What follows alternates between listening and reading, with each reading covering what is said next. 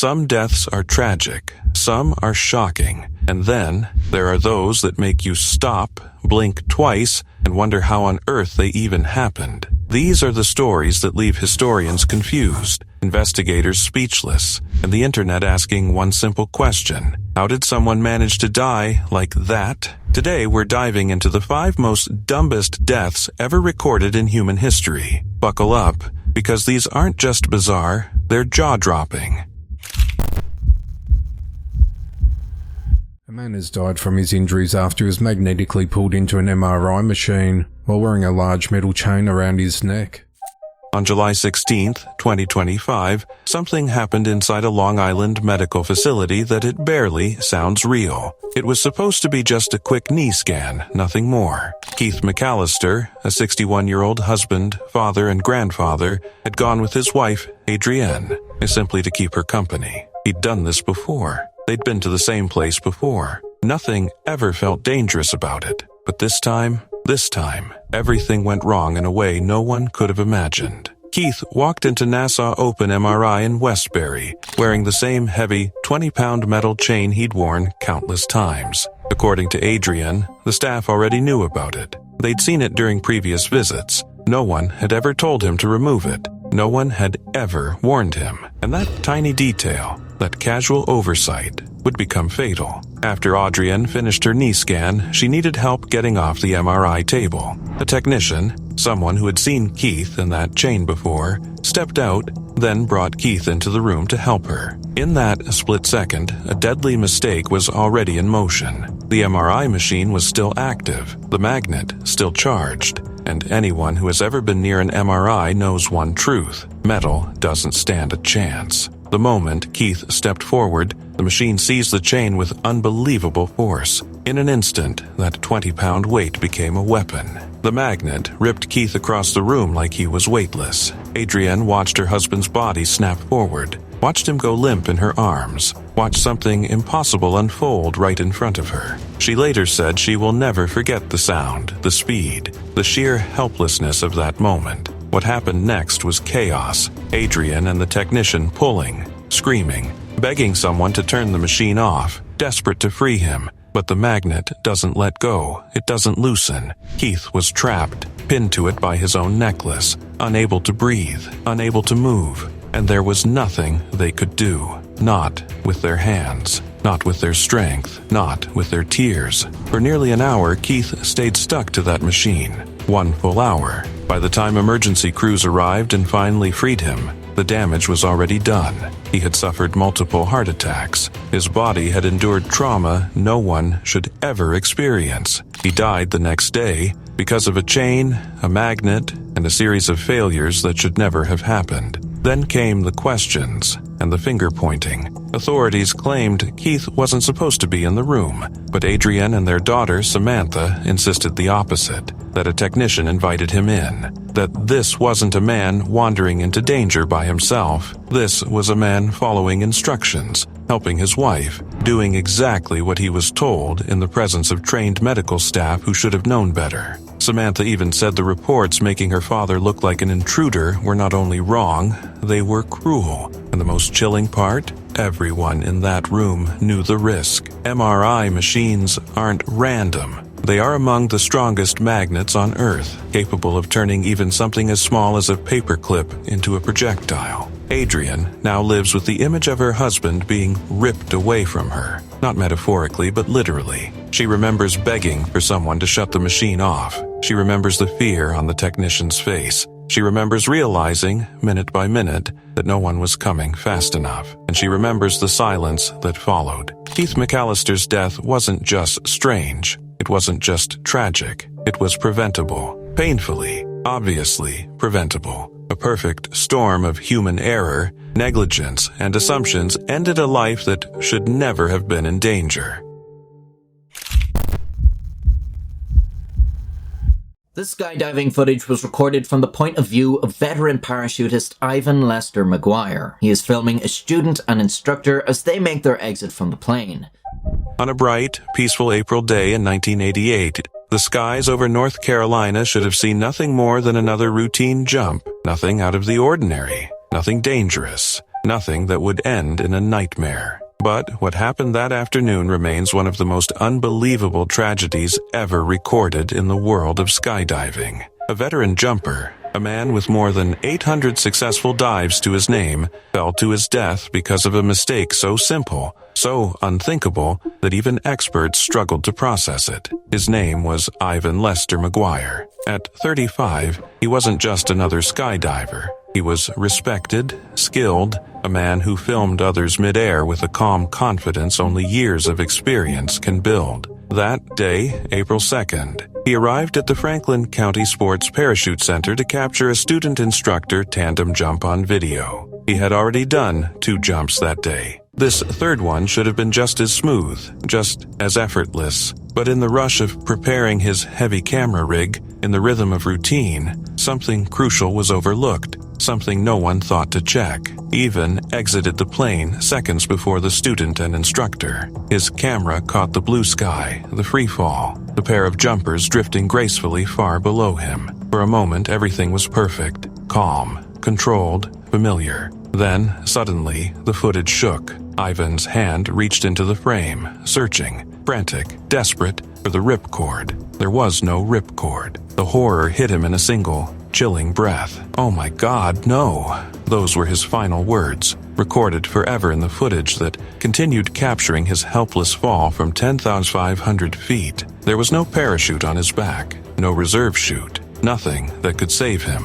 The heavy camera gear strapped to his body, investigators later said, may have tricked his muscle memory. Its weight and feel too similar to the parachute he'd worn hundreds of times before. He didn't realize the mistake until it was far too late. His body was later found in a wooded area 1.5 miles from the airfield. When investigators reviewed the footage, what they saw stunned them. An experienced professional had left the plane with no parachute at all. And the most haunting part, no one noticed. Federal regulations are clear. Regulation 105 requires the pilot to verify that every single jumper is properly equipped before the door opens. That step alone would have saved Ivan's life, but in the routine of the moment, in the assumption that, of course, a veteran like him had everything he needed, the check never happened. The pilot, Mark Luman, was questioned. Investigators dug for answers, but the truth was brutally simple. This was not intentional, not sabotage,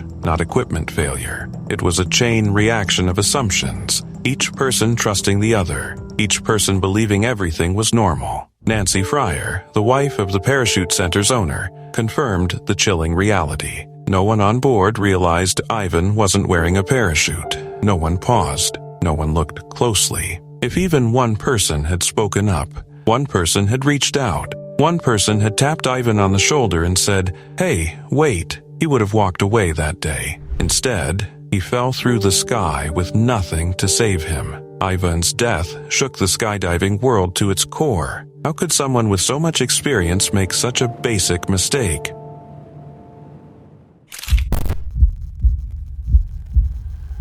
Drawbridge. Right now, police are trying to figure out why it happened. News Center 5's Todd Kaskiewicz, live in East Boston. Todd, you just spoke to the victim's heartbroken family. We did, Phil, and they are absolutely heartbroken. On a freezing New Year's Eve afternoon in 2013, something unthinkable happened on a busy Boston bridge. It was broad daylight, people were out running errands, cars were inching across the cold pavement, and a mother simply trying to get to a medical appointment ended up in one of the most shocking and heartbreaking accidents the city had ever seen. 46-year-old Aura Garcia, devoted mother of 2, hardworking, soft-spoken, cautious by nature, left her home in East Boston expecting an ordinary day. Minutes later, she was fighting for her life on a bridge that began rising beneath her feet. Aura was crossing the Meridian Street Bridge, a massive drawbridge that stretches over the Chelsea River. Thousands walk and drive over it every week. Nothing about it seemed dangerous, but timing, just a few seconds of it, would decide everything. At that exact moment, bridge operator Louis Alfieri Jr., a man with more than 3 decades of experience, started the process of lifting the bridge to let a boat pass through. Red lights flashed. A horn sounded. Cameras were checked. It was all routine. Except this time, something went terribly wrong. No one knows whether Aura stepped onto the bridge before the warning started or whether she misjudged the signals, but what everyone does know is this: she was still on the span when it began to rise. People nearby heard it before they saw it. The scream. As the bridge tilted upward, Aura clung desperately to the steel plates beneath her. Witnesses watched her small gray hat fall, drifting uselessly toward the river, while her voice echoed across the cold air. For almost a full minute, she held on, terrified, calling out, fighting a machine that didn't stop for anyone. The operator heard her. He reacted instantly. He reversed the lift, trying to lower the bridge as fast as he could. But in that desperate attempt to save her, something even more tragic happened. As the plates came back together, Aura became trapped between them. The mechanical weight, immense, unforgiving, closed in before help could reach her. By the time emergency crews arrived, there was nothing left to do. She was pronounced dead at the scene, a life lost in the most surreal, horrifying way imaginable. The operator was taken to the hospital, shaken and devastated. He'd followed procedure for 34 years without a single incident. This wasn't negligence. It wasn't malice. It was a split second of tragic alignment. Aura on the bridge, the machinery engaged, the warnings missed or unnoticed. The city went silent with grief. Neighbors who knew her described her as gentle and hardworking, a mother who did everything for her children. A 15-year-old daughter and a 3-year-old son now left behind. Within hours, the community rallied to help the family. Funds were raised for food and clothing. Organizations stepped in to help with funeral arrangements. A burial plot was donated. Candlelight vigils appeared in East Boston as people tried to process how something so absurd could happen to someone so ordinary, so unassuming, so undeserving of such terror. Officials reviewed camera footage. They checked protocols. They retraced every second searching for clarity. But in the end, they found no villain, only tragedy. Aura's death was ruled a terrible accident,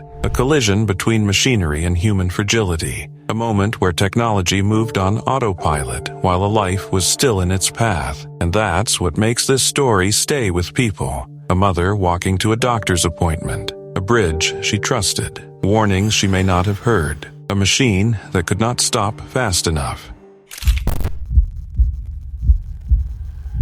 Inhaling helium out of a balloon can be a fun party trick, but for one mum celebrating her daughter's first birthday, it was a fatal mistake. It was supposed to be innocent fun, a tiny moment of laughter at a baby's first birthday party. Instead, it became one of the most heartbreaking and senseless tragedies imaginable. In a small New Zealand town in September 2022, 20-year-old mother Faith Waterman Batistic walked into a celebration for her child, and within minutes lost her life in a way no one could have ever predicted. Faith wasn't just any young mom. She was days away from turning 21. She had 2 little children who adored her. She was a twin, described by her sister Eden as bright, loud, loving, someone who took up space in the best possible way. Her presence filled every room, every conversation, every moment. That day, she was doing what young moms do, showing up for her kids, cheering them on, trying to make memories. But instead of memories, her family now holds trauma. During the birthday party, guests began doing a harmless-seeming party trick, taking small breaths of helium from balloons to make their voices sound funny. People laughed, recorded videos, teased each other. Faith watched from the side at first, hesitant, unsure, but laughter is contagious, and eventually, after some encouragement, she joined in too. Then someone suggested something different, something riskier, something no one realized could kill. They told her to try inhaling helium directly from the pressurized canister. Faith was reluctant. She said no at first, but eventually, with people assuring her it was fine, she agreed. Nobody understood that inhaling helium from a high-pressure tank is nothing like inhaling it from a balloon. Nobody realized how drastically it increases the danger, and Faith herself didn't know that what she was about to do could take her life in seconds. As she placed her mouth near the nozzle, another guest turned up the gas flow. Everything changed instantly. A blast of high-pressure helium shot into her throat and lungs. She didn't even have time to process what was happening. Her skin turned blue, her knees buckled, her eyes widened with confusion and fear. Her last words were barely audible, just a stunned reaction to a feeling she knew wasn't right. Then she collapsed. Her mother screamed. Her cousin rushed to her side. People froze. A child's birthday party became a scene of panic and horror as family members desperately performed CPR for 45 agonizing minutes. Paramedics continued the resuscitation efforts for 20 minutes more, but nothing brought Faith back. The helium had forced out the oxygen her body needed, suffocating her from the inside. She died almost instantly, but the fight to save her lasted over an hour. Later, doctors confirmed what her family didn't know, that inhaling helium from a pressurized canister can send a lethal rush of gas into the lungs, far too much and far too fast. The investigation revealed the canister did have a warning label, but it was tiny, tucked away,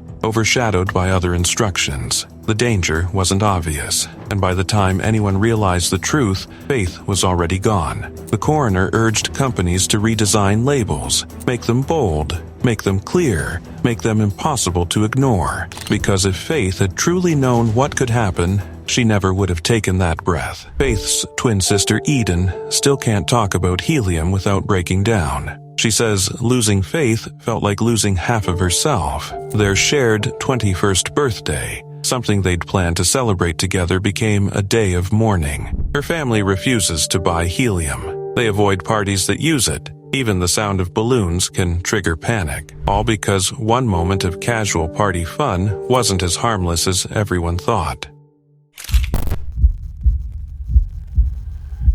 An elderly man was killed in an attack by an elephant outside the buffer zone of the Bandhavgarh Tiger Reserve in the Indian state of Madhya Pradesh. It happened deep in the forests of Quanermunda, Odisha. On that day in 2017, something far darker was growing in that calm, a tension that every villager could feel, but only one man dared to ignore. Ashok Bharti, a 54-year-old construction worker from Katak, had no idea he was walking straight toward the last moments of his life. That morning, forest officials and villagers had gathered to monitor a lone, wild elephant that had wandered away from its herd. The animal was restless, confused, and visibly distressed. Everyone there understood the danger. Everyone kept their distance. Everyone listened to the warnings, except Ashok. Some say he'd been drinking. Others say he simply underestimated the danger. But whatever the reason, Ashok stepped away from the crowd with his phone in hand, convinced he could get close enough to snap a selfie with a wild elephant that was barely holding itself together. Witnesses watched him drift toward the massive creature like a man sleepwalking into a nightmare. Officials shouted for him to stop. Villagers begged him to come back. But Ashok kept moving forward, smiling, steadying his phone, completely unaware that he was crossing an invisible line between curiosity and catastrophe. The elephant saw him. A giant, already trembling with fear and isolation, suddenly singled out this one human walking right into its space. And in that instant, everything changed. Its body stiffened. Its ears flared. The air shifted. People watching from a safe distance felt it. The moment the animal snapped, the elephant charged. Ashok spun around to run, but fear makes the body clumsy. He tripped, fell, and the forest around him erupted with screams as the elephant closed the distance in seconds. The impact came fast and brutally. No hesitation, no chance for rescue. One wrong step, one careless decision, and the giant crushed him beneath its weight. People stood frozen, powerless to intervene, forced to watch the horror unfold in front of them. An ambulance was called immediately, and Ashok was rushed away, but the injuries were beyond saving. He died before reaching the hospital. News spread quickly across the region. Another elephant attack, another preventable death. Villagers were heartbroken. Officials were furious. They'd been dealing with a string of dangerous elephant encounters in nearby areas. Attacks on families, destroyed crops, agitated animals wandering through communities. They had been fighting every day to keep people safe, and then one man had thrown himself into danger for a photograph. Forest officers confirmed that they had been trying to push the crowd back when Ashok slipped past them. They could smell the alcohol on him. They knew he was too close. They knew the elephant was unstable. The By the time they saw what he was doing, it was already too late. The footage, captured that morning, shaky cell phone videos taken by terrified villagers, spread across social media, leaving viewers stunned. It showed exactly how fast life can unravel when fascination overrules fear, when ego overrides instinct. Ashok's death became a chilling reminder of a strange new phenomenon sweeping the world. People risking their lives for the perfect selfie. Except this wasn't a rooftop in a city or a cliff edge overlooking a sunset. This was a wild, unpredictable animal fighting its own panic. An animal that never asked to be surrounded, never asked to be photographed, and certainly never asked to be provoked. In the end, Ashok's story feels almost unreal. A man standing in front of a 5-ton creature, staring into his phone instead of the danger. A split second that turned curiosity into tragedy. A reminder that nature doesn't negotiate. It doesn't bend to our desires for entertainment or attention.